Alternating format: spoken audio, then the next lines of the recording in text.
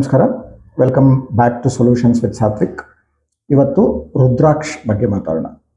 ರುದ್ರಾಕ್ಷ್ ಅಲ್ಲೇನೆ ನೀವು ಹೆಸರಲ್ಲೇ ನಿಮಗೆ ಅರ್ಥ ಆಗುತ್ತೆ. ರುದ್ರ ಅಂದರೆ ಶಿವ, ಅಕ್ಷ್ ಅಂತ ಹೇಳಿದ್ರೆ ಕಣ್ಣು.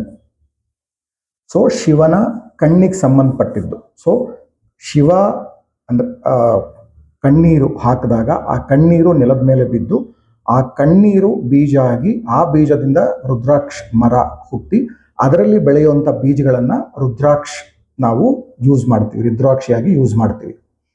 ಒಟ್ಟು ನಮಗೆ 21 ಮುಖ ಇರುವಂಥ ಬೇರೆ ಬೇರೆ ರುದ್ರಾಕ್ಷಿ ಸಿಗುತ್ತೆ. ಅಂದರೆ 1 ಮುಖ, 2 ಮುಖ, 3 ಮುಖ, 14 ಮುಖ, 21, ಹಾಗೆ ಒಟ್ಟು 1ರಿಂದ 21 ಮುಖ ಇರುವಂಥ ಬೇರೆ ಬೇರೆ ರುದ್ರಾಕ್ಷಿ ಸಿಗುತ್ತೆ. ಇದ್ರ ಜೊತೆಗೆ ಇನ್ನು ಬೇರೆ ಬೇರೆ ಆಕಾರಗಳಿಂದ ರುದ್ರಾಕ್ಷಿ ಸಿಗುತ್ತೆ.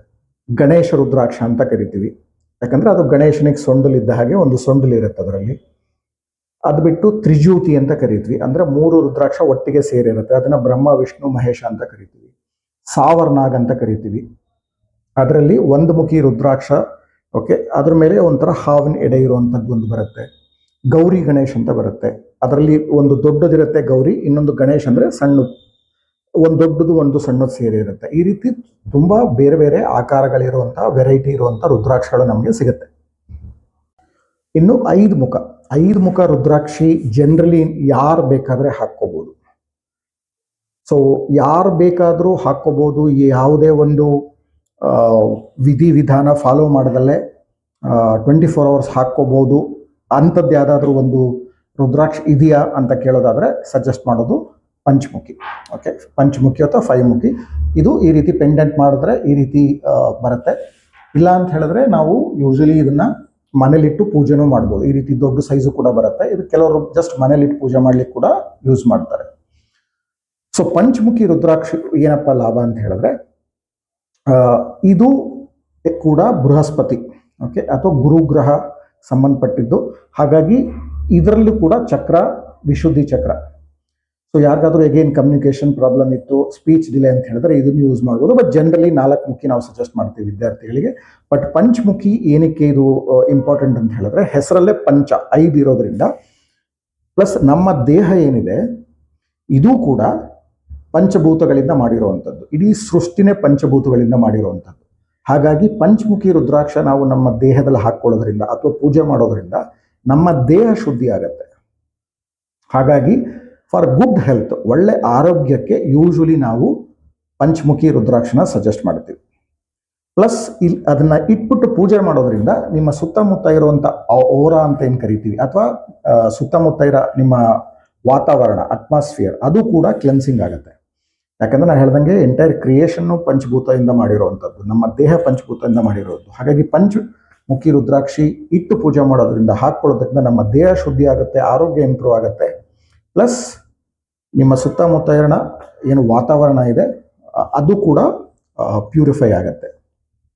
ಇದು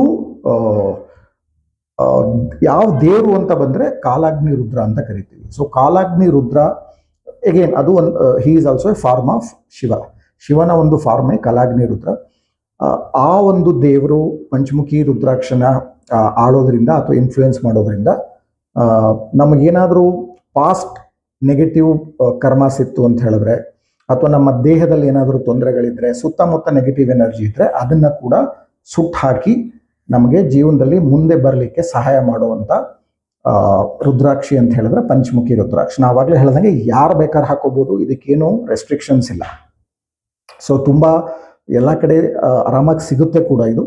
ಹಾಗಾಗಿ ನಿಮಗೆ ರುದ್ರಾಕ್ಷ ಹಾಕೋಬೇಕು, ಯಾವ್ದು ಹಾಕೋಬೇಕು ಗೊತ್ತಿಲ್ಲ ಅಂತ ಹೇಳಿದ್ರೆ ಜಸ್ಟ್ ಪಂಚಮುಖಿ ರುದ್ರಾಕ್ಷ ಹಾಕೊಳ್ಳಿ.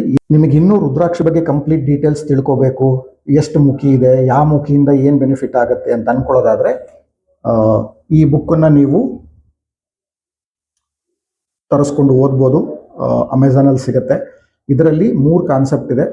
ಕಂಪ್ಲೀಟ್ ರುದ್ರಾಕ್ಷ ಬಗ್ಗೆ ಡೀಟೇಲ್ಸ್ ಇದೆ. ಇದ್ರ ಜೊತೆಗೆ ರಿಸ್ಟ್ ವಾಚ್ ಅನಾಲಿಸಿಸ್. ನೀವು ಕೇಳಿರ್ಬೋದು, ಎಷ್ಟೊಂದು ಜನ ಇವಾಗ ರಿಸ್ಟ್ ವಾಚ್ ಅಂದರೆ ನಾವು ಯಾವ ರೀತಿ ವಾಚ್ ಹಾಕೋಬೇಕು, ವಾಚ್ ಡಯಲ್ ಸೈಜ್ ದೊಡ್ಡದಿರಬೇಕಾ, ಸಣ್ಣದಿರಬೇಕಾ, ಯಾವ ಕಲರ್ ಇರಬೇಕು, ಒಳಗಡೆ ಯಾವ ನಂಬರ್ಸ್ ಇರಬೇಕು, ಇದ್ರ ಬಗ್ಗೆ ತುಂಬ ಡೀಟೇಲ್ ಆಗಿ ಎಷ್ಟೊಂದು ಜನ ಟ್ರೈನಿಂಗ್ ಪ್ರೋಗ್ರಾಮ್ ಕೂಡ ಮಾಡ್ತಿದ್ದಾರೆ. ಅದು ಕೂಡ ಈ ಬುಕ್ಕಲ್ಲಿ ಕಂಪ್ಲೀಟ್ ಡೀಟೇಲ್ಸ್ ಆಗಿ ನಾನು ಬರೆದಿದ್ದೀನಿ. 3ನೇದು ಬ್ರಹ್ಮ ಮುಹೂರ್ತ. ಬೆಳಿಗ್ಗೆ ಎದ್ದೇಳೋದ್ರಿಂದ ಅರ್ಲಿ ಮಾರ್ನಿಂಗ್ ಬಿಟ್ವೀನ್ 3:30 to 5:30 ಏನಾಗುತ್ತೆ, ಬ್ರಹ್ಮ ಮುಹೂರ್ತ ಅಂತ ಯಾತಕ್ಕೆ ಕರೀತಾರೆ. ಸೊ ಅದ್ರ ಕೂಡ. ಸೊ ಈ 3 ಕಾನ್ಸೆಪ್ಟ್ ಇರೋವಂಥ ಬುಕ್ಕು ಈಗಿನ್ನೂ ಜಸ್ಟ್ ರಿಲೀಸ್ ಆಗಿದೆ. ಇದರಲ್ಲಿ ರುದ್ರಾಕ್ಷಕ್ಕೆ ಸಂಬಂಧಪಟ್ಟಿದ್ದು ರಿಸ್ಟ್ ವಾಚ್ ಅನಾಲಿಸಿಸು ಪ್ಲಸ್ ಬ್ರಹ್ಮ ಮುಹೂರ್ತ 3 ಬಗ್ಗೆ ಇದೆ. ಸೊ ನಿಮಗೆ ಜಾಸ್ತಿ ತಿಳ್ಕೊಬೇಕು ಅಂದರೆ ಈ ಬುಕ್ಕನ್ನು ತರಿಸ್ಕೊಂಡು ಓದಿ. ಸೊ ಈ ವಿಡಿಯೋ ನಿಮಗೆ ಸಹಾಯ ಆಯಿತು ಅಂತ ಅನ್ಕೋತೀನಿ. ಚಾನಲ್ ಮಾತ್ರ ಸಬ್ಸ್ಕ್ರೈಬ್ ಮಾಡೋದು, ಲೈಕ್ ಮಾಡೋದು, ಶೇರ್ ಮಾಡೋದು ಮರಿಬೇಡಿ. ದೇವರು ಒಳ್ಳೇದು ಮಾಡಲಿ. All the best.